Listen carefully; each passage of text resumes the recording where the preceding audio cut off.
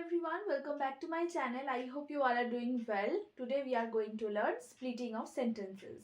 In our previous class we have already done joining of sentences or you can call it synthesis. তাই তো আমরা already joining শিখে ফেলেছি এবং আজকে আমরা শিখব স্প্লিটিং। যারা জয়নিং অফ সেন্টেন্সেস এর ভিডিওটা দেখেছো, তিনটে ভিডিও আমি বানিয়েছি সেটা নিয়ে। একটা হচ্ছে joining into simple sentence, joining into complex sentence এবং জয়নিং ইনটু কম্পাউন্ড সেন্টেন্স। যারা দেখোনি অবশ্যই দেখে নিও, কারণ তোমরা জয়নিং যদি সলভ করে থাকো, সেই কোয়েশ্চেনগুলো দেখে থাকো, অলরেডি স্প্লিটিং কিভাবে হয় সেটা তোমরা বুঝে যাবে। আর সেই ভিডিওটা যদি নাও দেখে থাকো, আজকের ভিডিওটা দেখে স্প্লিটিং তো শিখবেই, তার সাথে সাথে জয়নিংটা কী বা কিভাবে হয় সেটাও তোমরা জেনে যাবে। তো চলো আজকের ক্লাসটা শুরু করা যাক। ওকে, দেখো কোয়েশ্চেন নাম্বার, আচ্ছা প্রথমত আমরা জেনে নিই যে স্প্লিটিং কি, ঠিক আছে? তারপর আমরা প্রশ্নে যাব।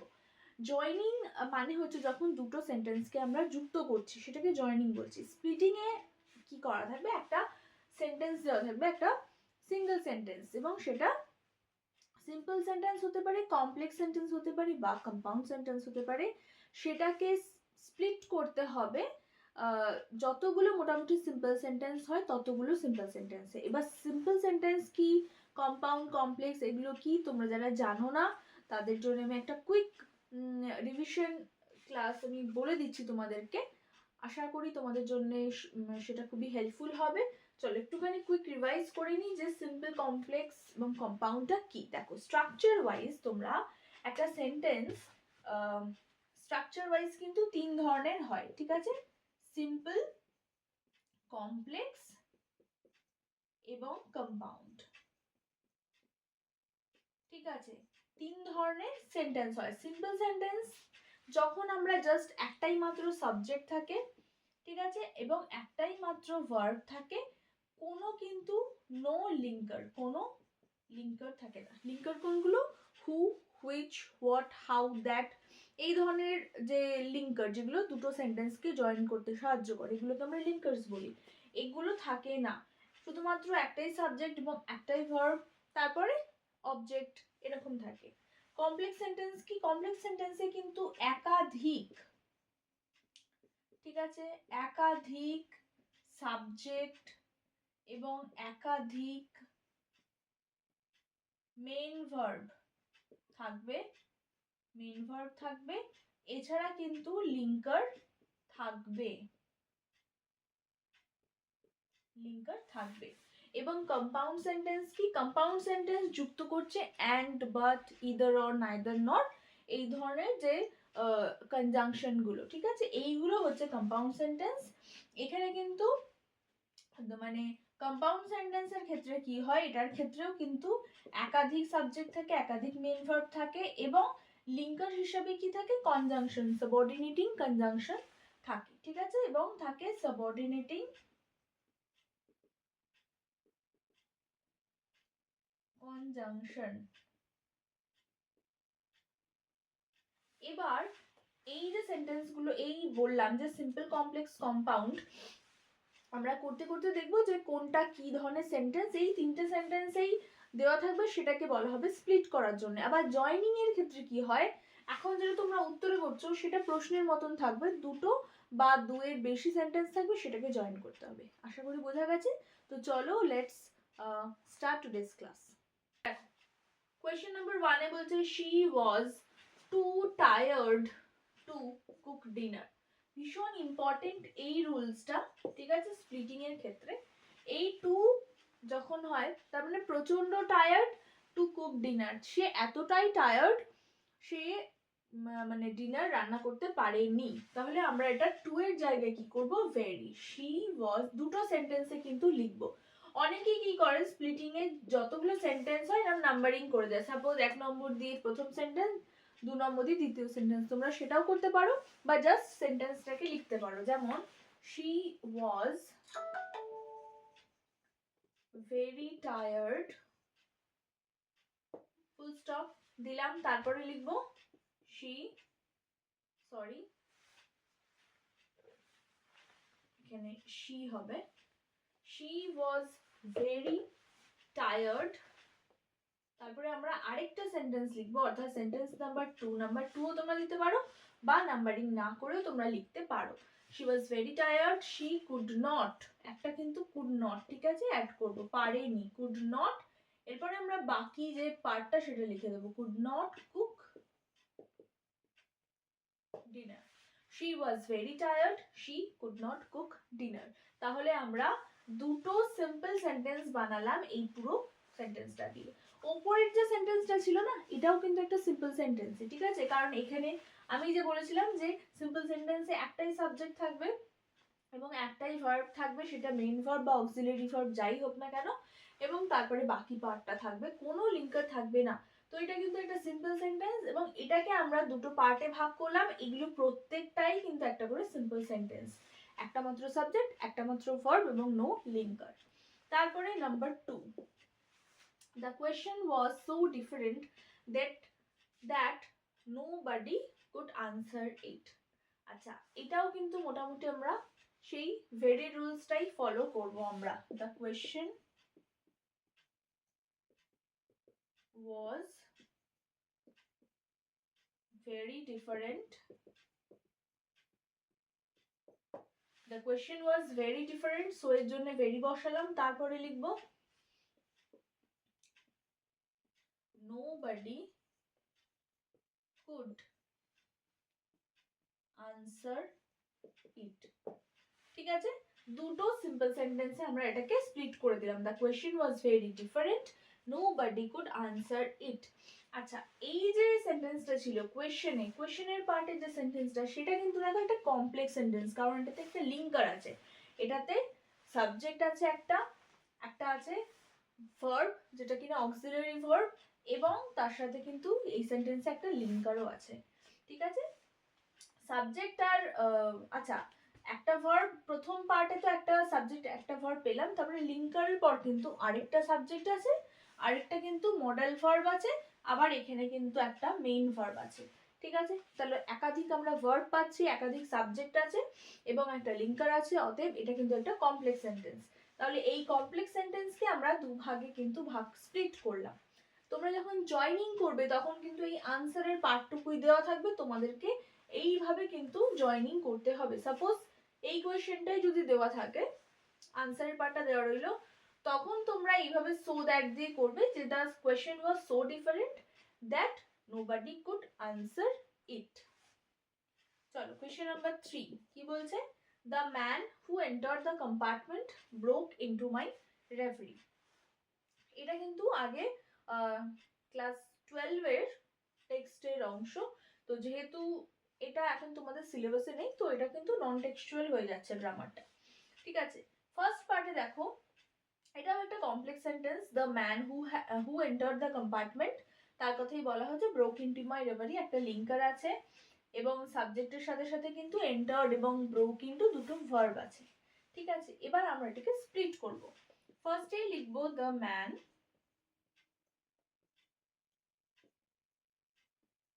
entered the compartment, the man entered the compartment, আর আরেকটা লিখবো he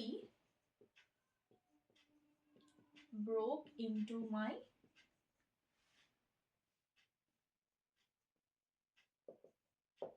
reverie, ঠিক আছে। দুটো সেন্টেন্স আমরা স্প্লিট করলাম, আই হোপ বোঝা গেছে। চলো বাকি কোয়েশ্চেন গুলো দেখে নিই। চলো এবার দেখে নিই আমরা কোয়েশ্চেন নাম্বার 4 এ কি বলছে, since it was raining we stayed indoors, ঠিক আছে, যেহেতু বৃষ্টি হচ্ছিল তাই আমরা বাড়ির ভেতরে ছিলাম। আচ্ছা, এটা আমরা এইভাবে লিখবো যে ইট ওয়াজ রেইনিং, তাই তো, বৃষ্টি হচ্ছিল, সিন্সের এখানে কোনো কাজ নেই, তাই তো, এটা যেহেতু কমপ্লেক্স সেন্টেন্স একটা, তাই সিন্স দিয়ে আমরা অ্যাড করেছি, মানে অ্যাডভার্বিয়াল ক্লজ দিয়ে, since it was raining we stayed indoors. এটা যখন আমরা স্প্লিট করছি সিম্পলি লিখবো ইট ওয়াজ রেইনিং, সো একটা তোমরা অ্যাড করতে পারো, কোনো অসুবিধা নেই, সো উই স্টেড ইনডোরস, ঠিক আছে। সোটা লিখলে অনেক বেশি আরো মিনিংফুল হবে, যে বৃষ্টি পড়ছিল তাই জন্য আমরা বাড়ির ভেতরে ছিলাম। চলো নাম্বার 5 এ কি বলছে দেখে নি, although he tried his best he failed. তাহলে এটা আমরা কি লিখবো? He tried his best. এই অলদোর কিন্তু এখানে কোনো কাজ নেই, অলদোটা কমপ্লেক্স সেন্টেন্সে ইউজ হয়ে থাকে, ঠিক আছে? আমরা যখন সিম্পল সেন্টেন্সে আমরা ভাঙবো, কোনো রকম যখন আমরা স্প্লিট করছি কোনো পার্ট যেন কমপ্লেক্সে না থাকে, প্রত্যেকটাই কিন্তু ভেঙে ভেঙে আমরা সিম্পল সেন্টেন্সে করব। দেখবে অনেক সময় কিন্তু ব্র্যাকেটে ইনস্ট্রাকশন দেওয়া থাকে যে স্প্লিট ইনটু 2 সিম্পল সেন্টেন্সেস বা 3 সিম্পল সেন্টেন্সেস। যদি নাও লেখা থাকে তার মানেও কিন্তু যতগুলো সিম্পল সেন্টেন্স হয় সেগুলো করতে হবে। তাহলে he tried his best, he failed, ঠিক আছে? সিম্পলি এটা লিখতে হবে। আর আমাদের যদি জয়েনিং আসে যে এই দুটো সেন্টেন্স দিয়ে যে জয়েন টু কমপ্লেক্স, তখন আমরা অলদো দিয়ে সেটাকে জয়েন করব, যে although he tried his best he failed. চলো দেখে নেই কোশ্চেন নাম্বার 6 এ কি বলছে। She cooked dinner and he said the table. ঠিক আছে, দুটোর কিন্তু সাবজেক্ট আলাদা। শি কুকড ডিনার এবং হি সেট দ্য টেবিল। এটা আমরা সিম্পলি কিভাবে লিখবো? She cooked dinner, full stop দিয়ে দেবো, অ্যান্ড এর কোনো কাজ নেই, হি লিখবো, হি সেট দ্য টেবিল। আরেকটা জিনিস লক্ষ্য করো, অ্যান্ড দিয়ে কিন্তু এই দুটো সেন্টেন্স জয়েন আছে, মানে এটা কিন্তু একটা কম্পাউন্ড সেন্টেন্স, ঠিক আছে? এতক্ষণ আমরা সিম্পল সেন্টেন্স দেখলাম, কমপ্লেক্স সেন্টেন্স দেখলাম, এটা কিন্তু কম্পাউন্ড সেন্টেন্স। অর্থাৎ এই যে শি কুকড ডিনার এবং হি সেট দ্য টেবিল, দুটো কিন্তু ইন্ডিপেন্ডেন্ট ক্লজ, মানে দুটো একটা ইন্ডিভিজুয়াল সিম্পল সেন্টেন্স, সেটাকে জাস্ট অ্যান্ড দিয়ে কিন্তু জয়েন করা, এটাই হচ্ছে কম্পাউন্ড সেন্টেন্স। আমরা কিন্তু জয়েন মানে স্প্লিটিং এর সাথে সাথে ভাইস ভার্সাটাও করছি, যে কিভাবে জয়েনিং গুলো হয়। নাম্বার 7 এ বলছে the music is too loud to bear. আচ্ছা, মিউজিকটা এতই জোরে ছিল যে সেটা মানে নেওয়া যাচ্ছিল না। বেয়ার মানে কোনো কিছু সহ্য করা, সহ্য করা যাচ্ছিল না। যখন এই টু টু থাকে তার মানে কোনো কিছু পরের পার্টটা বুঝবে করা যাচ্ছে না, ঠিক আছে? এটার মানে কিন্তু এরম ভেবো না যে খুব লাউড বলে আমরা নিতে পারছি না, নিতে পারছি না, নেওয়া যাচ্ছে না। তাহলে এটা কিভাবে হবে? The music is so loud, so দিয়ে আমরা করব সো আর দ্যাট এর ব্যবহার। যখনই TW2 আর TO2 এর এরকম কোশ্চেন আসবে তখনই আমরা সো আর দ্যাট দিয়ে সেটাকে কিন্তু লিখবো। আচ্ছা, ফার্স্ট অফ অল এটা যদি কমপ্লেক্স সেন্টেন্স হতো তাহলে আমরা সো দ্যাট দিয়ে কন্টিনিউ করতাম, কিন্তু এটা তো স্প্লিটিং দিয়েছে, তাই আমরা একটা ছোট সেন্টেন্স বানিয়ে ফুল স্টপ দেবো, আবার আমরা একটা পরের সেন্টেন্স বানাবো।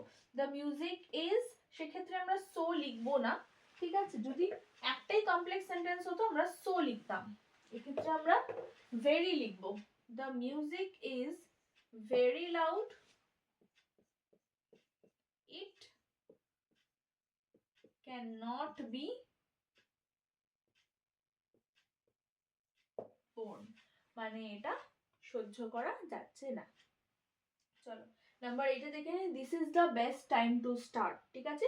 এটাই বেস্ট টাইম স্টার্ট করার জন্য। এটা কিন্তু একদমই একটা সিম্পল সেন্টেন্সে আছে এবং এটাকে দুটো সেন্টেন্সে টুকরো টুকরো করে স্প্লিট করতে হবে।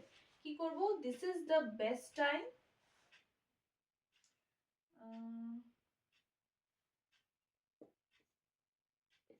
দিস ইজ দ্য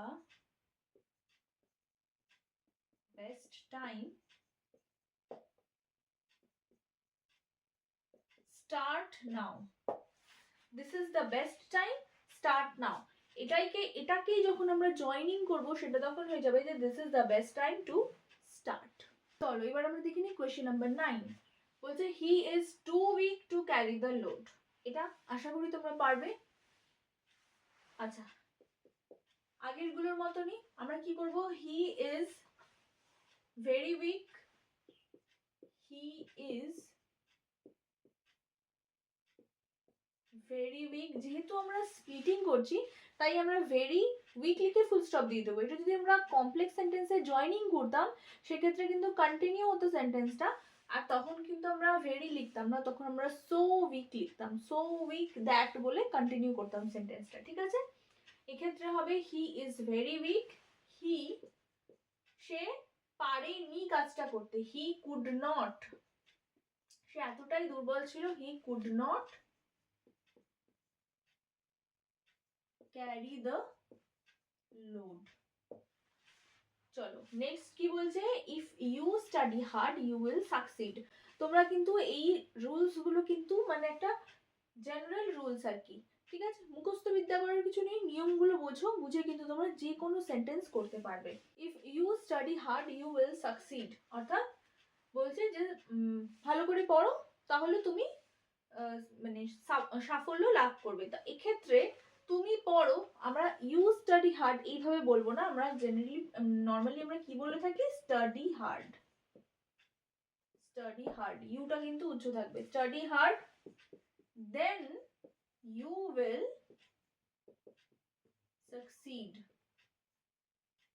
ঠিক আছে, ভালো করে পড়ো, study hard then you will succeed. চলো নাম্বার 11 কি বলছে, she was too proud to apologise. আচ্ছা আমরা এতক্ষণ শিখে গেছি TW2 এর জন্য আমরা ভেরি লিখবো, তাহলে she was very proud full stop. এবার আমরা একটা শীতও লিখবো। এবার জেনারেলি আমরা কি করছিলাম, কুড নট বা ক্যান নট দিয়ে। আচ্ছা এক্ষেত্রে না এটা প্রেজেন্ট টেন্সে আছে, এটা কিন্তু ক্যান নট হবে। হ্যাঁ ক্যান নট, কুড নটটা কেটে দিলাম, এটা একটু ভুল হয়ে গেছে। এটা যদি ওয়াজ থাকতো, হি ওয়াজ টু উইক, তাহলে আমরা কুড নট করতাম, না হলে আমরা এটাকে ক্যান নট রাখবো। চলো, তো আমরা ক্যান নট ক্যারি বা কুড নট এইভাবে করছি, কিন্তু এক্ষেত্রে সে এতটাই প্রাউড যে সে ক্ষমা চায়নি। এবার ক্ষমা চাইতে পারেনি, এটার থেকে বেশি ভালো হবে ক্ষমা চায়নি। পারেনি বলে কিছু হয় না, তাই না, ক্ষমার ক্ষেত্রে। তাহলে she was very proud, she would not apologise. ঠিক আছে, এই কিছু ক্ষেত্রে এক্সেপশন আছে, সেই জন্য আমি কোয়েশ্চেনটা রেখেছি, যে বাকিগুলোর ক্ষেত্রে যেমন সে উইক ছিল, সে টায়ার্ড ছিল তাই পারেনি, কিন্তু এক্ষেত্রে হচ্ছে সে এতটাই প্রাউড যে সে করেনি, ক্ষমা চায়নি। ঠিক আছে, পারেনি না, সে করেনি, apologise. Having finished the work she went home, 12 নম্বরে। ঠিক আছে, সে কাজটা ফিনিশ করলো, তারপরে সে বাড়ি গেল। সে প্রথম কোন কাজটা করলো, কাজটা শেষ করার এটা, তাহলে আমরা জাস্ট সাবজেক্ট লিখবো she finished the work, she finished the work। এরপরে আমরা লিখবো she went home, she finished the work, she went home। চলো নাম্বার 13 দেখে নি। on seeing the teacher the boys stood up। আচ্ছা এই যে হ্যাভিং ফিনিশড, এটা কিন্তু পারফেক্ট পার্টিসিপেলের নিয়মে আছে, এটাও কিন্তু একটা সিম্পল সেন্টেন্স। এবার আমরা যেটা করতে চলেছি, on seeing the teacher the boys stood up, এটা হচ্ছে প্রেজেন্ট পার্টিসিপেল, অর্থাৎ এই যে ভার্বের ফার্স্ট ফর্মের সাথে আইএনজি আছে। আর পারফেক্ট পার্টিসিপেলকে যখন হ্যাভিং এর সাথে ভার্বের থার্ড ফর্ম থাকে সেটাকে আমরা বলবো পারফেক্ট পার্টিসিপেল। তাহলে on seeing the teacher the boys stood up, আমরা সাবজেক্টটাকে নেব দ্য বয়েজ, সিইংটাকে যদি সি মেন ভার্ব, দেখেছিল টিচারকে, তাহলে স হয়ে যাবে। আমরা শুধু এই পার্টটা কিন্তু আমরা নেব না, আমরা মেন ভার্বের পাস্ট করব। ঠিক আছে, saw the boys saw the teacher, the boys saw the teacher, full stop দেব। দে, দ্য বয়েজ যেহেতু প্লুরাল আমরা দে লিখব, দে স্টুড আপ। চলো আশা করি বোঝা গেছে। নেক্সট কোয়েশ্চেন গুলো দেখে নিই। চলো আর দুটো মাত্র কোয়েশ্চেন আছে, দেখে নিই আমরা। Guided by the map they reached the village। আচ্ছা, তো guided by the map they reached village, এটা আমরা কিভাবে লিখবো, তারা মানে তাদেরকে ম্যাপটা গাইড করেছে, তাহলে আমরা দেটাকে নিয়ে নিলাম প্রথমে সাবজেক্ট হিসেবে। দে, যেহেতু এইটা দেখে বুঝলাম যে প্রথম সেন্টেন্সটাও কিন্তু পাস্টেই হবে, পুরোটাই যেহেতু পাস্টে আছে। দে ওয়্যার একটু ক্লিয়ার করে লিখি। চলো, they were guided by the map, এটা কিন্তু পাস্ট পার্টিসিপল দিয়ে সেন্টেন্সটা আছে, এটাও কিন্তু একটা সিম্পল সেন্টেন্স। ঠিক আছে, পাস্ট পার্টিসিপল দিয়ে আছে। তাহলে they were guided by the map, এটা একটা সেন্টেন্স হতে পারে। আর কি হতে পারে, they reached the village, they were guided by the map, they reached the village. চলো এবার আমরা লাস্ট কোয়েশ্চেনটা দেখে নিই। মোটামুটি আজকে যেগুলো করাচ্ছি সেই নিয়মগুলো কিন্তু ভীষণই important. Shakespeare a great dramatist wrote Hamlet, শেক্সপিয়ারকেই বলা হচ্ছে গ্রেট ড্রামাটিস্ট এবং তিনি হ্যামলেট লিখেছেন। তাহলে আমরা এইভাবে লিখবো যে Shakespeare was a great dramatist, full stop দিলাম, তারপরে লিখবো হি রোট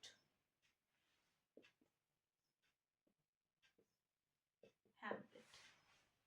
ঠিক আছে, হ্যামলেট একটা প্লে শেক্সপিয়ারের, তো হি রোট হ্যামলেট।